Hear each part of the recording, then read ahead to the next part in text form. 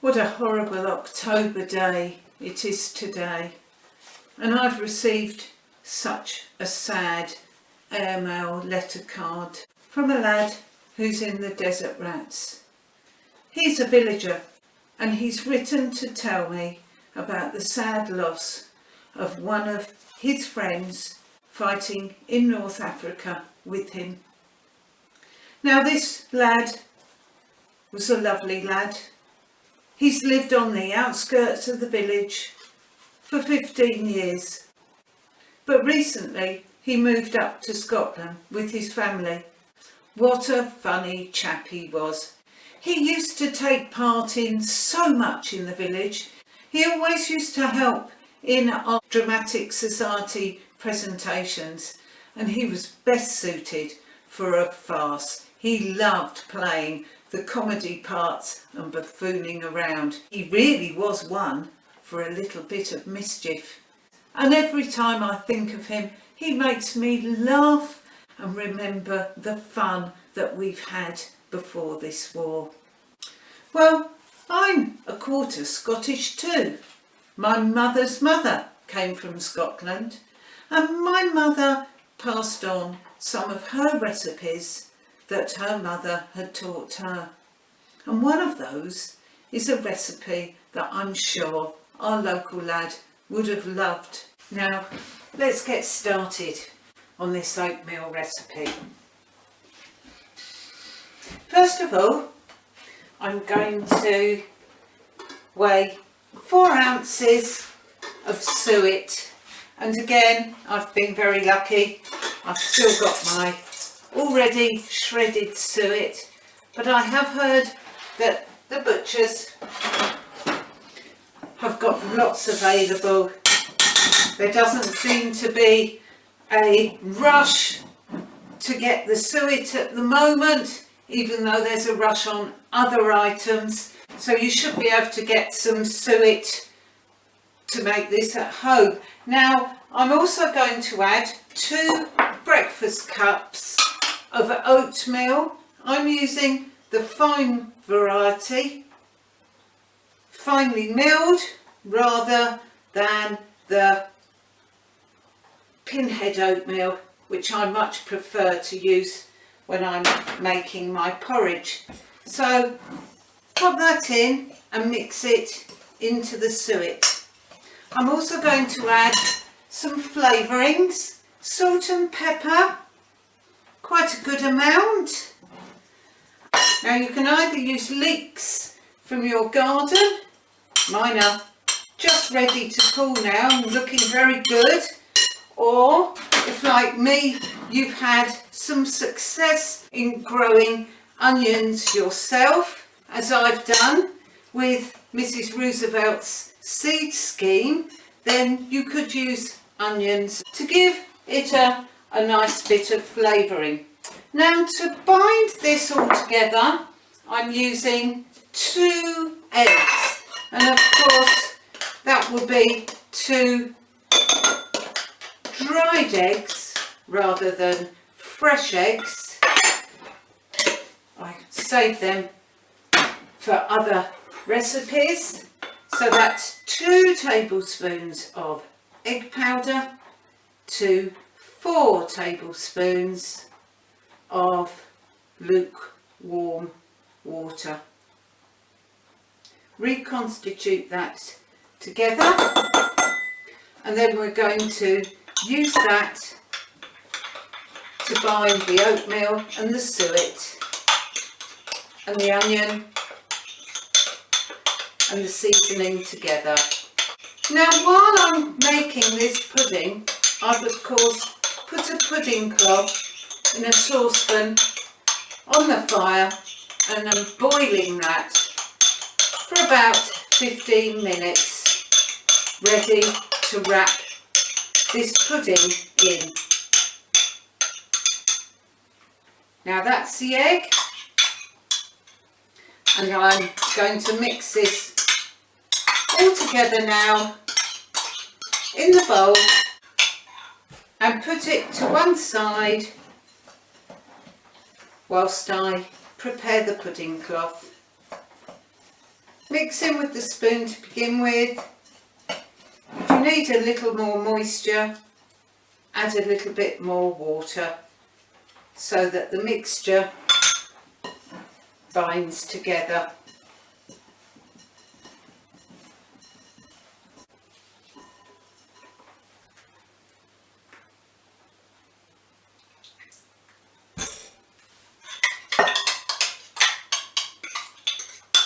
Make sure you use all your egg yolk. You could of course use a little bit of hot bovril or Marmite in hot water to give a bit of a meaty flavour too.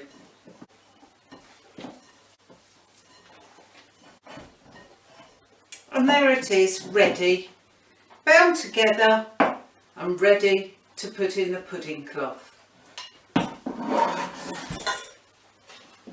Now, having boiled my pudding cloth, I'm going to take it out of the boiling water, pop it in a bowl, and then when my hands can bear it, I'm going to squeeze the excess water out of my pudding cloth.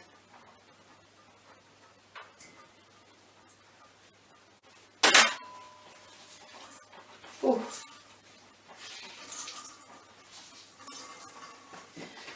Now lay your cloth over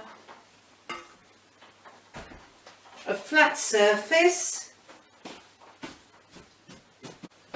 and then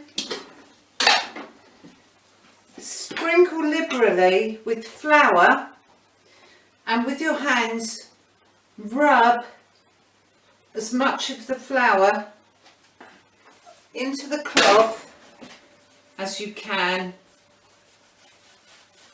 especially where the pudding is going to rest.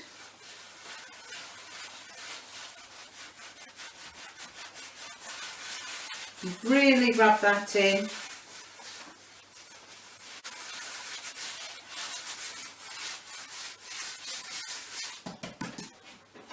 And any excess shake off. And I can use that later for a bit of coating and battering of food. Now, there we are, floured. Now take the mixture that you made earlier and shape it into, as much as you can, a fowl shape.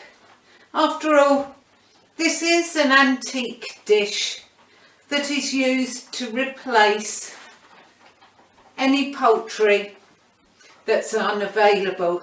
It is of course called a fitless cock. I'm sure our local lad would have loved this recipe, and he would have laughed at how we try to pretend it's actually a little poultry, a little bird, rather than just oatmeal mixed with egg and water. A bit like making a murky at Christmas, only I have to say this is certainly more effort. The sausage meat in the murky is a lot easier to mould. This is quite a stiff mixture. I've lost a bit of my onion.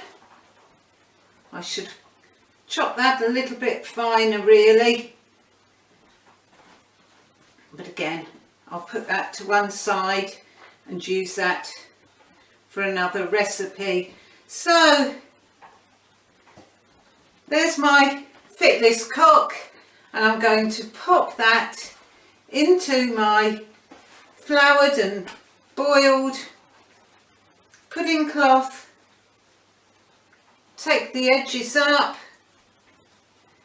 Give it a little space to move, and I'm going to tie that all up with a piece of string. Then it's just left to pop it into boiling water again and put that on the boil, keeping an eye on the water level for a couple of hours. And there he is, ready to go in the boiling water.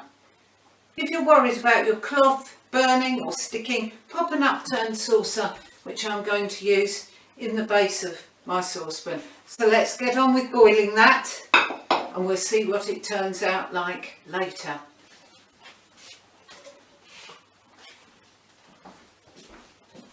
And now a power cut.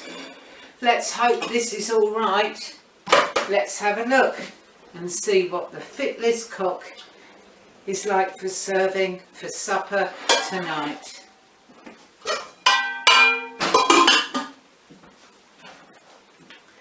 Now, without a power cut, I would be serving this with potatoes and greens, but tonight I think we're just going to have to make do with making some oatmeal and Marmite gravy with the hot water and serving the fitness cock with that. It actually is looking delicious.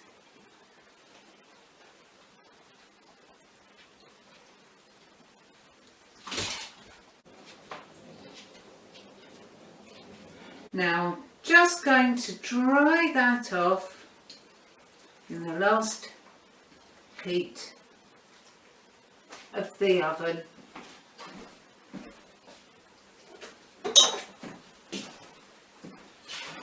And that will be ready to serve with gravy tonight. I do hope the power isn't off for too long. A fitless cock, fit for any family meal. Now, if I've been organised and cooked this supper in the hay box, I would have had some hot vegetables to go with it. But I've been caught out by this power cut today. So instead, we're having some raw carrot and raw cabbage, fresh from the garden, as the light's beginning to fade.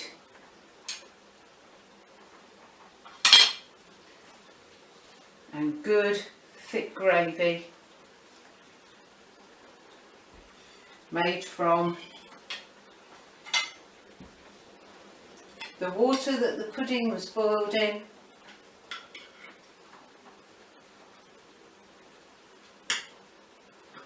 some bovril thickened with a little oatmeal.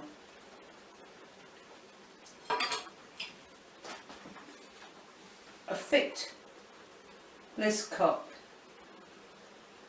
an antique Scottish dish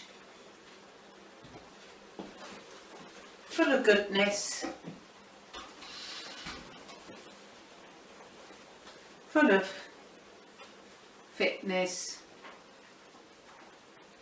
and using little of our precious rations. Here's to you, our desert rats. Cheers.